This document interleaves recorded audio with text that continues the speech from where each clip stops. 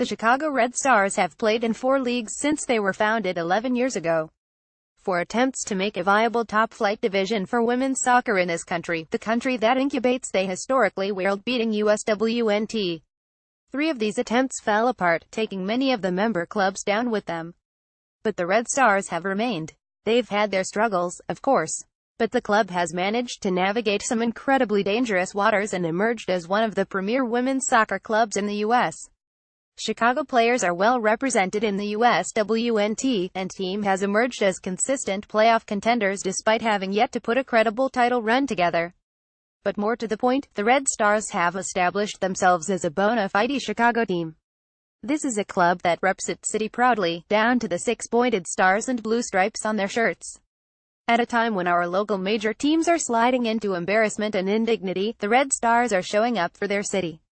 The MKO team marketing campaign launched at the start of the season may have come off as trite at first blush, but they've demonstrated it's not just PR. These women love their city, and it shows every time they line up. The Red Stars desk at Hot Time sat down to debrief on the 2017 NWSL campaign before putting this thrilling, excruciating season on the shelf. We found plenty to love about this 2017 team, and a few things we wish could have been done differently. We have some concerns for next year, mixed with implacable hope.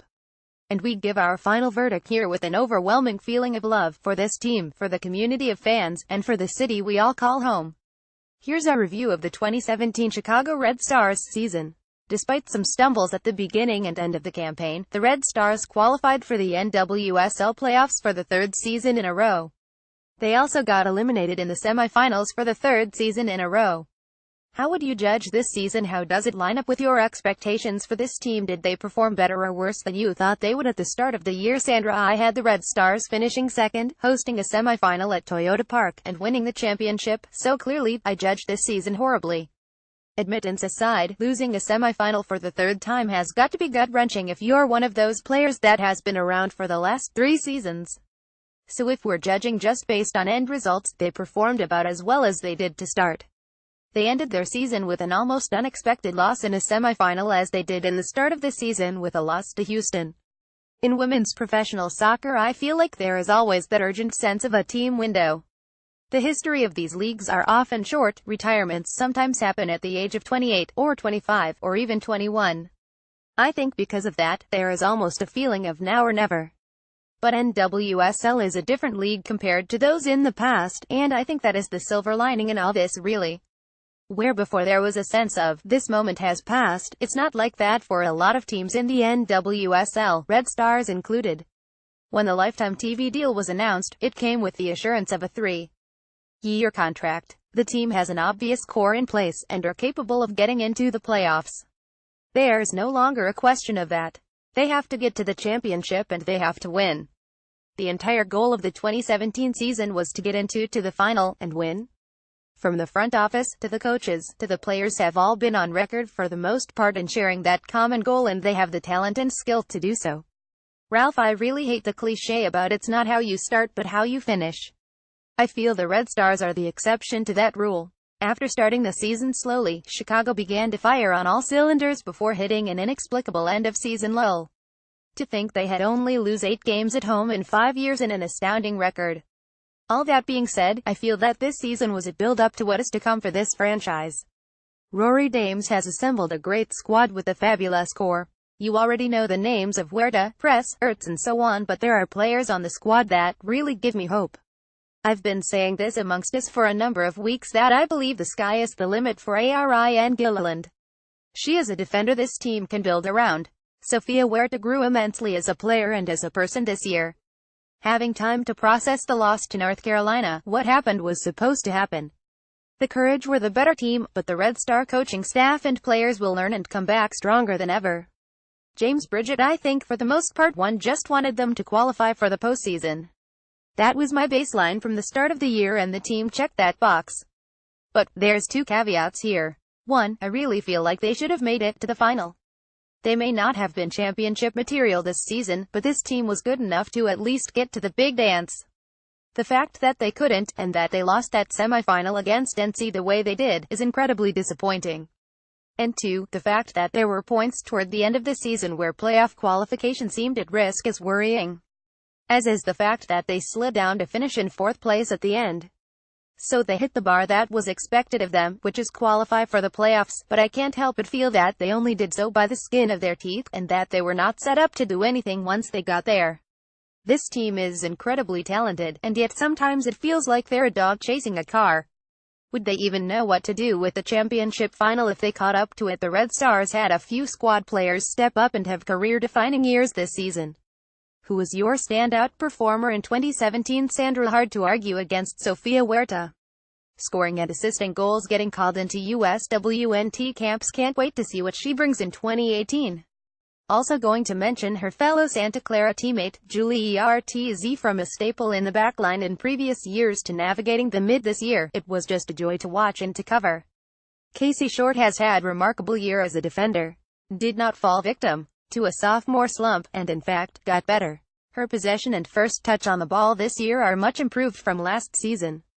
2017 Best 11 and finalist for Defender of the Year. Can't wait to see more from her. Ralph Ariane Gilliland. I can't explain why, but I really liked the poise and the confidence she showed in the later portions of the year. She seems incredibly battle-tested and ready for whatever comes her way. I think I was most impressed by her performance against the Courage in the last meeting at Toyota Park. She was able to handle Lynn Williams and Jessica McDonald with the greatest of ease. Also, I have a feeling JBG is going to claim Julie Ertz, and Sandra will show some love for her fellow Latina Sofia Huerta. James Bridget Ertz. Ertz. Coming up close behind Short, Huerta, Colaprico, in that order. How would you rate the Red Stars transfer business? What are your thoughts on Chicago's major mid-season acquisitions? Nagasato, Brian, K. Mewis. Sandra. I loved the signing of UK Nagasato. Unfortunately, injury kept her from what she could bring to this team, and we only saw glimpses of it down the stretch late in the season. Thankfully she is returning for 2018. Christy Mewis and Morgan Bryan were both head-scratchers when they happened. Mewis proved crucial in her one game against her former team, Washington Spirit, where she scored a goal and helped gain a crucial 3 points in the standings in Chicago's march to the playoffs. She has shown promise in Houston, and hope she continues building with them. Now that it's finally off-season, all those unanswered questions from the Bryan trade will eventually come to light. Will she or won't she go to Europe? How will this play out in the draft? Ultimately, if she stays with Chicago, Bryan will only boast an already solid midfield. It was evident that the Red Stars midfield desperately needed a healthy version of her in the semifinal. Ralph. I get it. I think Rory Dames saw something in Nagasato and pulled the trigger at the right time, and I always have felt that Christy Mewis has been underutilized since she stopped getting called up after Tom Sermanni left the USWNT. When you have a chance to get a player like Mewis, you go for it, but when Morgan Bryan is available, you are foolish not to go for it. She will be back in due time, and I think it's similar to a Tobin Heath situation in Portland. She is going to be frustrated by injuries, but will be better off after she makes a full recovery. Jill Ellis told me that she was pleased with the way Mo was progressing, so I don't believe all is lost yet. Also, I want to get it on the record. If the Red Stars somehow got players like Ali Krieger and Erica Tymrak, Chicago would go from good to great. James. Bridget Nagasato definitely made sense on paper, and while I don't feel like she made a huge impact this year, I think she could make some real noise in 2018. Christy Mewis being here for all of 1 week is just baffling. And Mo Bryan still has a big OL asterisk. I want her to be a part of the team and lead the Red Stars to glory next year, but who knows. Overall, kind of a weird year as far as transfers go. What was the biggest surprise this season for the Red Stars? Sandra. Literally the Morgan Bryan trade. Like, what? Ralph. I have to say Julie Ertz. Making a position change is never easy, and she admittedly was her own biggest critic, but she did a masterful job stepping into that number 6 role. I can see this being a position for her for many years to come. Maybe even when she becomes the captain of the USWNT. I said it. Sue me. James. Bridget. Vanessa DiBernardo. I've always liked her, but I never really saw her as a make-or-break player for the squad. But there were points in the season where she was really driving the Red Stars' attack. And when she was injured, the team performance really suffered. It's bonkers to think that this team could be without Christen Press, who is, to be absolutely clear, a total rock star, and they'd find ways to cope, but they lose DiBern and it all falls apart. It definitely made me see her in a new light. What are your thoughts on Rory Dames as head coach? Is he the right person to lead the team going forward, or do you think it's time for a change? Sandra, a solid defense, being organized, and playing direct are what the Red Stars are known for. It's also been their downfall in prior playoffs.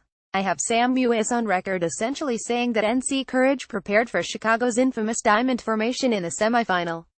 Shifting things around and players in new positions were all strengths for the Red Stars early in the season this year. However, they predictably eventually cost them in the biggest game. 3 semifinal losses, and people look for accountability, and unfortunately that usually lies with the head coach. Establishing a culture, working the draft, building a team are all things Dames has helped establish in this club. So unless Chicago is one of those teams talking to Pia Sundhage, I don't see a change in coaching position happening. Ralph Rory has a brilliant soccer mind, but I think he lacks the execution to get it done on the field. That's not a shot at him per se, but a technical director role would suit him wonderfully. I would like to see the Red Stars play a role like a Carlo Ancelotti team, because they can play wide open but also could be fantastic defensively. I wouldn't say that it's time to hit the panic button on Rory, but it may be getting close. James Bridget, I think in an ideal world Rory would transition to a sporting technical director role and would bring in a new head coach to get the team to the next level. He's great at building a team and getting the pieces in place, but the Red Stars under his direction play like a Tony Pulis team, and it's just not working for them. And it's also, frankly, a misuse of resources. Playing Route 1 soccer when you have players like Press and Huerta and Deburn just seems unconscionable. That said, I suspect that Dames would actively resist any attempts to move him to the front office. He wants to coach, and if he can't do that here, he'll do it somewhere else. So I guess it depends on what the organization wants to do about him, which ultimately boils down to what Armin really wants from this team. Was there anything the Red Stars could have done differently this season? What would have needed to happen for them to get into the NWSL Championship final? Sandra, hard to gauge just one thing, since there isn't a huge one that sticks out. It's a team that was built to win, and at the moment, still is. Ultimately you want the players put in the best positions to get the best out of them. This league is indescribably competitive, and on paper, you look at Chicago and can't imagine how they don't have a championship until you look at the rosters of the other 3 teams ahead of them in 2017 and go, oh. Ralph, I think the team just needed to remain consistent, but that is tough to do with match congestion and a continuing cycle of players. Let's face it, some of the reserve players aren't near the level they need to be to challenge for first-team minutes. If this team manages to add depth, the consistency will follow and they will finish strong. James Bridget, I don't think it boils down to one thing. The bad news is that a lot of little things went wrong for the Red Stars this season that ultimately nerfed their shot at the title. The good news is that there are plenty of points of intervention, so even if the Red Stars pick just one thing to fix, they'll be in an immensely better position next year. I realize this comes off as something of a cop-out answer. Could they have done anything different? Probably, but there was never a magic bullet for the season. The job was pretty straightforward, and they couldn't get it done this time. What does this team need to do differently going forward? What needs to happen for 2018 to be the big breakout year? Sandra, play with some width. That doesn't always have to come from your outside backs on the flank. Draft a backup goalkeeper. Evolve. Vague, I know. But, again, hard to nitpick at some things just for the sake of it. I do often wonder how this team would play together if they are asked to change their formation at times. The depth has been questionable to some, but has proven capable more oftentimes than not. Off-season is going to be fun, that's for sure. Ralph, the Red Stars need to switch to a style of play that accentuates what they try to do as a squad. A wide-open style such as a 352 may do the trick, as they have 2 gifted wingers in Casey Short and Ariane Gilliland, and their midfield is great as well. If Steph McCaffrey could develop great chemistry, Chris and Press, and improve this season, one think a formation change would do wonders for the Red Stars. James Bridget, the 2016 Cubs had a lot of problems which were routinely exposed during the regular season and the playoffs, and they still managed to win the World Series. You don't have to fix all your problems, but you do have to make sure you maximize your strengths in order to effectively compensate. The Red Stars, at the very least, need to learn how to do that. They're a good team with rock-star players. They've got all the components in place to be champions. They just need to get that secret sauce nailed down. They also need to try and keep as much of this team together as possible, which won't be easy if some of the rumors surrounding Chris and Press are true. My main concern is that this team is so close to being able to break through, but that the foe will decide it's just not working and throw us into a rebuilding year. So I feel like things are super precarious with the Red Stars right now. Either the club will make a few adjustments that will set them up for a genuine title run, or the whole thing will come crashing down. The next few months will be interesting, and I mean that in the Chinese proverb sense of the word.